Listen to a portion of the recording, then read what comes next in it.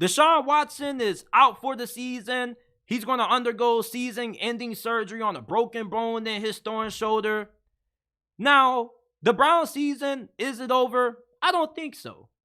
Most people believe that it is. I heard Stephen A. Smith on First Take not too long ago say that their season's over. They need to just go ahead and throw in the towel. I don't believe that.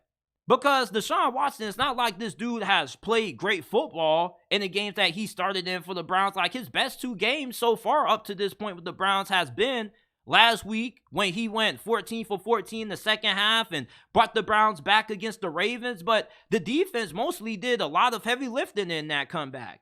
And then against the Tennessee Titans, outside of that, Deshaun Watson has been one of the worst quarterbacks in the NFL. Now, of course, having Deshaun Watson out there is better than having DTR or PJ Walker out there. But with the way that this Browns team has been constructed this season, they probably won't be contenders to make it to the Super Bowl. But at least they can still find a way to make it into the playoffs. They got a really good team. Like, their offensive line has dealt with some big injuries, especially at offensive tackle, but they still have demonstrated the ability to run the football. And the fact that they got some comfortable, or however you want to put it, solid receivers on the outside like Amari Cooper and whatnot. This is still a team that is a threat to make it to the playoffs still. I mean, at this point, they're 6-3.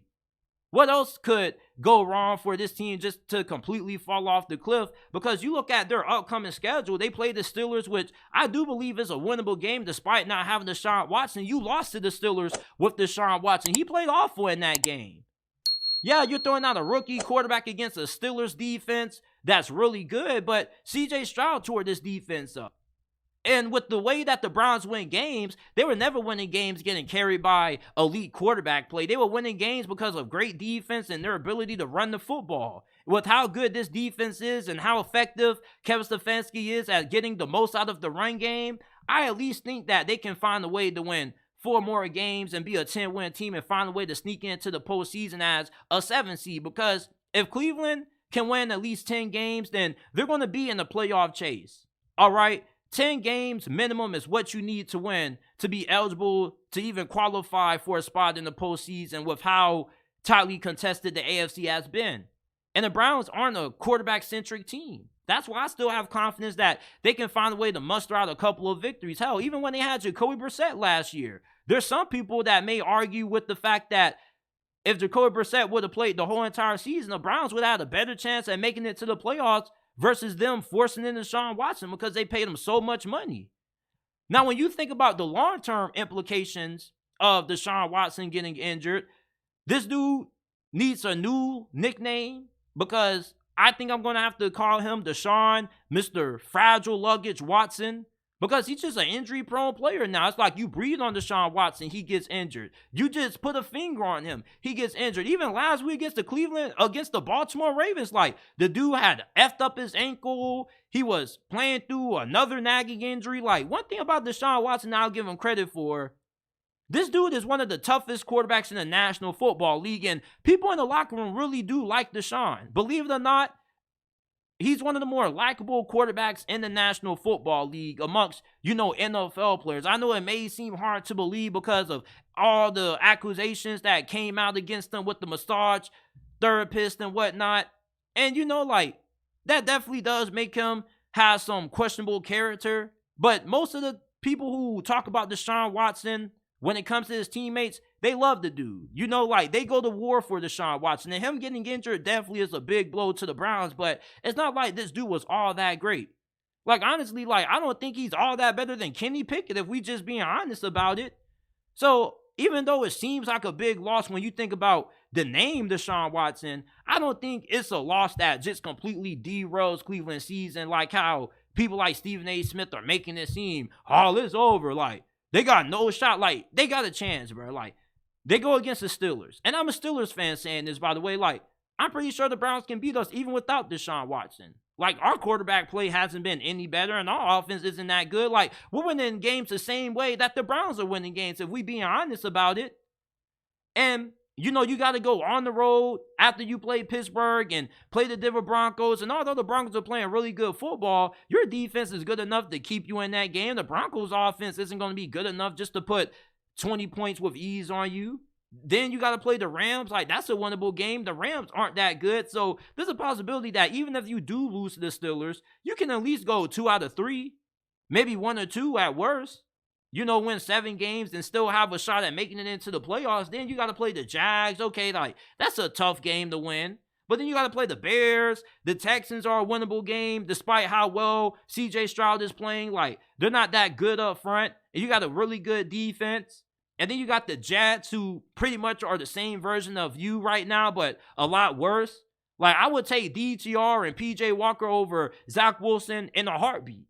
And then you got the Bengals, which you might not have a chance to win that game. But essentially, I still see like 1, 2, 3, 4, 5 potential wins that the Browns could rattle off without Deshaun Watson. So I don't think all hope is lost. Okay, like, people look at the name Deshaun Watson and you say, oh, it's Deshaun Watson. Like, they need Deshaun Watson to make it to the playoffs. No, they don't.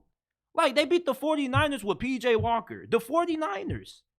People make it seem like Deshaun Watson was playing at an MVP level. Well, JT, like, without him, like, their chance of being able to win these games goes down. Like, of course it does. But it's not like even when Deshaun Watson was healthy, they had a chance to win these games compared to the chance that they have to win these games with DTR or PJ Walker.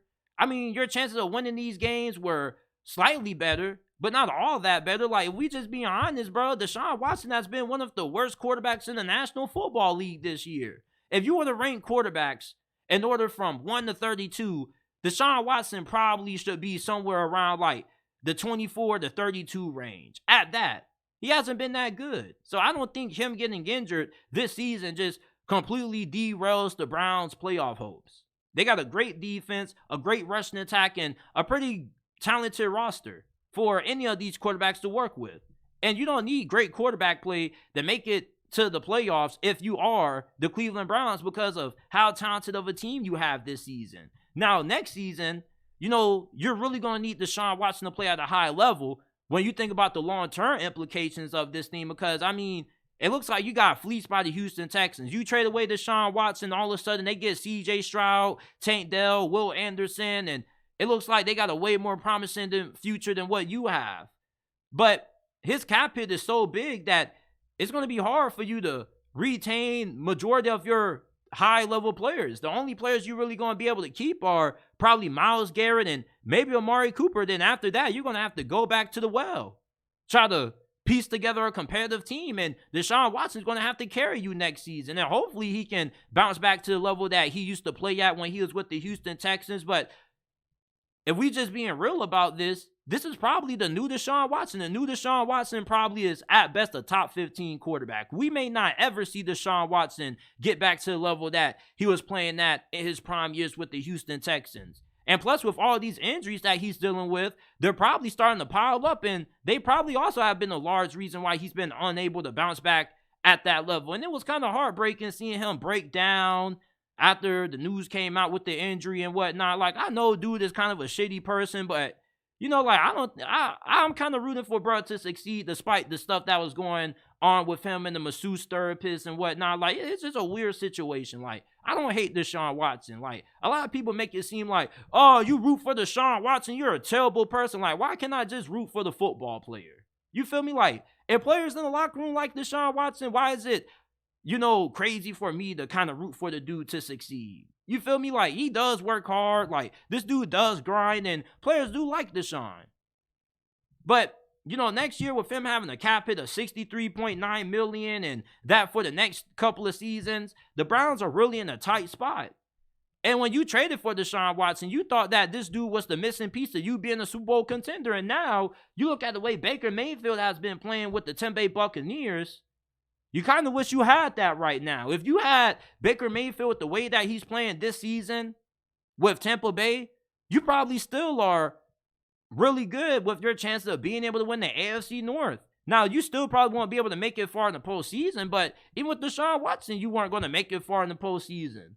But as far as Cleveland being able to keep their playoff hopes alive, at least for this year, they got a really good chance. Like, it doesn't matter if they don't have great quarterback play. I mean, the other teams they are playing against, they don't really have great quarterback play outside of the Broncos, the Rams with the healthy Matthew Stafford, and the Jags.